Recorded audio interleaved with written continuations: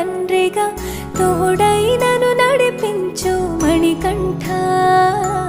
కష్టాలే తరిమినా కన్నీరే ముంచిన నీవే నాకు దిక్కు కదా అయ్యప్ప.